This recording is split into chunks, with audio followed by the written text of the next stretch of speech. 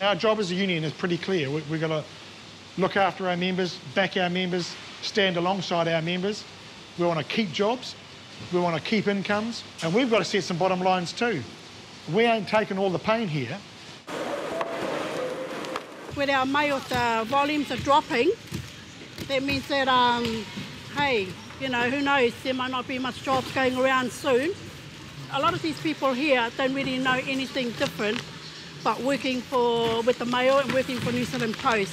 And a lot of them aren't getting any younger, and it's going to be hard for them to get jobs. So I think it's going to be a struggle for a lot of them. We shouldn't panic about it, and I think there are a lot of employers that are trying to get workers to panic, and we've got to be very smart about that. This is not something we have to panic about, but when employers approach us, we do need to be ready to talk to them.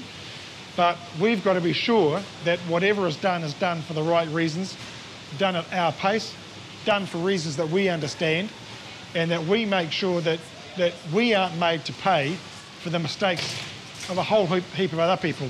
The companies must be transparent. You know, it's totally unreasonable for a company to ask you guys to do this, that and the other thing in terms of sacrifice if they're not opening their books and showing you, you know, their underwear sort of thing. I mean, that's really important. You need to show me the profit line on the capital, the return on capital, and show me that it's actually come down. And also, you know, you have to establish that your remuneration for your work, not as a capitalist, but for your work isn't, you know, 300 times mine, which has been the disease, if you like, that has permeated the US.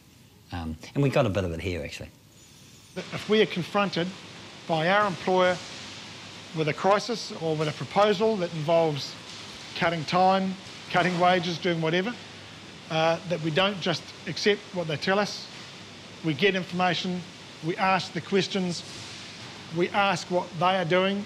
It's not the fault of the poor, it's not the fault of the children, it's not the fault of the workers. They shouldn't be asked to make too big a sacrifices in a time which is going to involve a lot of sacrifice. This is not a crisis created by workers, but we have to be part of the solution. So we need to put forward ideas about how to create jobs, how to invest even in green jobs and greening the economy, and bringing forward infrastructure, investing in people, as well as physical infrastructure like rail.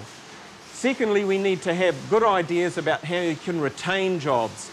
So what can be done in firms and in workplaces to be able to hang on to work at this time? And the third thing is we've got to have good suggestions about how to help workers who are laid off, how to get them back into work, back into training, and get a good range of support services around them.